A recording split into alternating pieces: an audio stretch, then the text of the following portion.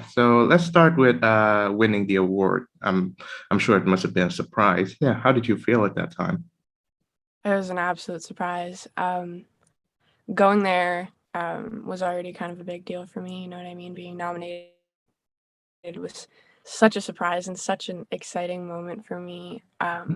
Not that I went there not expecting to win, but I was okay with not winning because everybody in my category was absolutely amazing.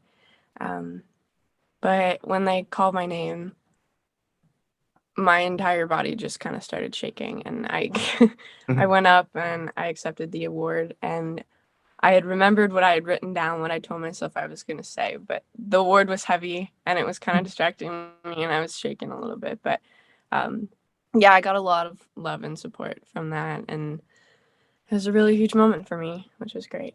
Mhm. Yeah, the award Yeah, was for the category of Young Performer of the Year. it You was. were you were 17 when you won the award. I was. Congratulations. Do you Thank you. remember what you said in that speech of yours? In that speech, I thanked all of my past music teachers. I wouldn't be playing music at the level that I am without them. I thanked my band and everyone that supported me. I thank my parents, of course, because none of this would be possible without my parents. And I'm not really sure who else I thanked. Can't quite remember, but um, Huh, those are some important ones. yeah, lots of thank yous and appreciative words. Yeah. So the album that you released, which was in 2021, is called "If It's Not Forever." I listened to it; it's really good. That is Thank the you. album that got you the award. But Hmm. let's move a bit backwards. So, how musical was your childhood? Were your parents musical? My childhood was pretty musical. My parents can sing. They don't like doing it in public per se, but they can both sing very well. I grew up in my church choir. I grew up in a church choir, so that's where I learned how to harmonize and how to sing with a group and be a meaningful part of a production from not necessarily a background, but with other people. You know what I mean? Um, so I grew up in the choir, and that's where I kind of, you know, that's where the music was kind of fostered in me and the harmonizing especially. Mhm. Um, but there are very musical people in my family. I had an uncle, my uncle Lloyd. He before he passed, he was an incredible musician. So when I was young, I used to play along with him on the piano, and my grandfather on my mother's side, I believe, was also a fiddler. And Mhm. I've got cousins and family members, Bonnie and Kenny, like lots and lots and lots of family members who are musical. So I've always kind of been surrounded with the music. Mhm. Wow, that's Mm, incredible. Of course, yeah. like I said, you were born in Cape Breton, Nova Scotia, and this I find as a non-Canadian who's only been there for 4 years of university. It's actually, I think it's Canada's best kept musical secret because forgive me for being cliche, but the when I hear Canadian music, I often think of the popular acts right now, i.e., Drake and Justin Bieber. If Right. you're a rock fan, you think of Neil Young and the band that backed Bob Dylan. But I've only heard of Cape Breton music since last year, and I've had a few people who are from there or have been inspired by Cape Breton on this podcast. Natalie McMaster is one of them, as well as Hmm. a very talented young girl who's been nominated for the same award that you won.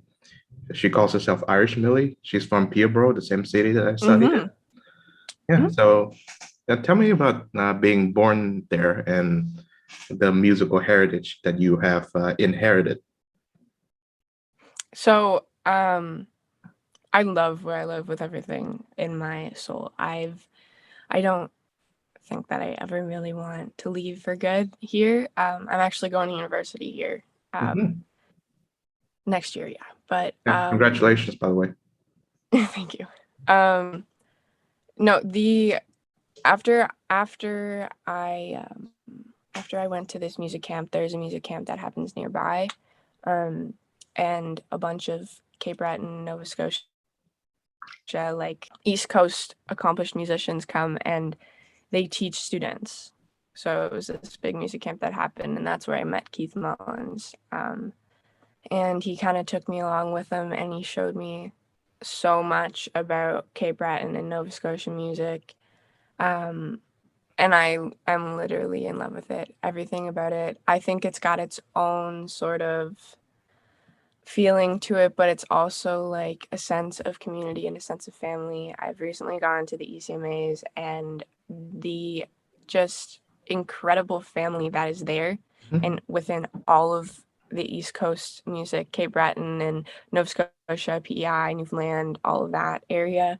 Like, I think it's just got an extreme sense of family, and I think everyone's got an extreme appreciation for each other and the kind of music that everyone plays, and it's become something that I've loved, like that I admire so much. Mhm. Yeah. Mhm. It's very much traditional music, and Yeah. I I see that one thing that I appreciate about traditional music is that it's oriented towards family, and it does foster younger talents. Listen, I grew up listening to popular music, yeah, and Mhm. rock and roll and hip hop and such. And there's I think it has become kind of a cliche that certain musicians performs and sings and writes songs about how as a kid they had rough family lives and their parents did not support their music careers or their Right. musical talents. So I'd like to hear from you. Of course, I would presume that your parents were supportive of the your musical gifts and they were very much happy when you won the award and such. Hmm. My parents and my family have always been extremely supportive. I've never had to go through that, but growing up in a musical family, like I said, they're always supportive of that kind of thing. And especially when you're going into that kind of form of art and you have that art inside you and have an appreciation for other people's kind of art, it's definitely something to admire and definitely something that my family appreciates. Mhm. Yeah.